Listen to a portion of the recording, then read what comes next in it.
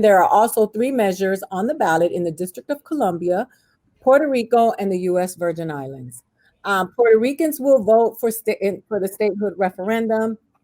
And I wanted to ask you both what you thought about that, because in this country, a lot of people told me when Donald Trump got elected, they tweeted me that I was going to get deported and go back home because they didn't know that Puerto Rico is an American, I call it a colony. Y'all can call it whatever y'all want.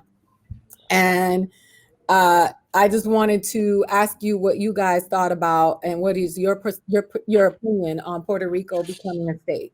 Julissa.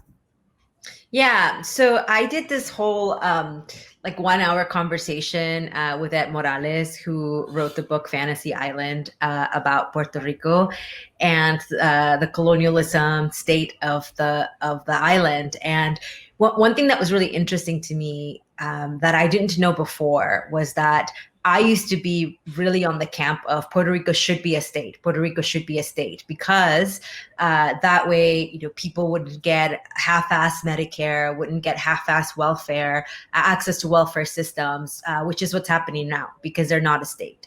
And I used to think that that was like the most progressive thing that could happen to Puerto Rico. But after speaking with Ed, one thing that I realized is that there's actually a lot of Puerto Ricans on the island who don't want to be a state, who very much would like to be an independent nation. And Ed argues that if you are going to have Puerto Rico be an independent country, then they need to get reparations for all the many years that they have been a colony of the United States. So I'm a little bit torn about it. And, ultimately, I'm not Puerto Rican. I don't live in Puerto Rico. And so I have a hard time sort of saying one way or the other because I feel like I can't speak for how Puerto Ricans feel about it. But the only thing that I can say is that I used to think that Puerto Rico being a state was sort of like the most progressive thing for the island. And it turns out that many Puerto Ricans, a lot of Puerto Ricans who do live in Puerto Rico don't necessarily want that, which is why other times that measure has failed. And it also has failed in the past because of the way that it's worded. Depending on how they worded it in this specific election, it might have different results, but the wording matters a lot. Yeah. John? Yeah. I mean, I would say that I think the situations between DC and Puerto Rico are very different. I think that DC 100% should be a state. I think that Puerto Rico should be a state if they want to be a state, basically. And it should be up to them. And I would say that maybe even more importantly, regardless of whether they stay in their current status or become a state or become an independent nation or whatever, they need to be treated much better by the United States, acknowledged as, a part of us. And we need to acknowledge the ways that, as Julissa pointed out, they've been abused historically and even incredibly recently. Like what was done, 3 years ago was so utterly horrendous. The fact that the American media moved on from it so quickly and seems to forget how left to fend for themselves, to suffer and die, the people of Puerto Rico were, back in 2017 is absolutely horrendous. I don't know if it's reparations or if it's what, but we have effectively left them out to be preyed upon by capitalist vultures in all different areas.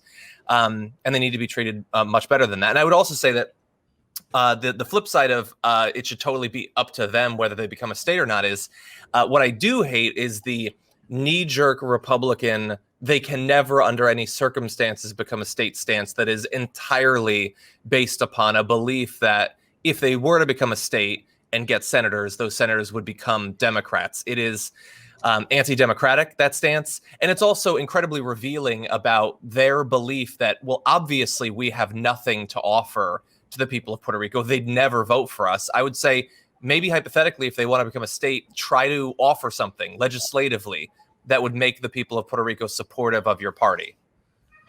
I agree. And I think people don't understand that Puerto Rico has been colonized twice. It was colonized by Spain and then by the United States. So when people talk about slavery and when you talk about the Virgin Islands as well, I mean, there when it comes to the Caribbean, there are so many guilty parties in terms of colonization and monies owed from, Haiti, from France and Britain and the Dutch and Spain. So when we talk about these places and Puerto Rico being in the economic crisis that it's in by way of America's colonization of it, it has a lot to do with why the island hasn't been able to stand on its own. And it's not that it can't stand on its own, it's that it's never been able to stand on its own because America's always had its foot on Puerto Rico's neck.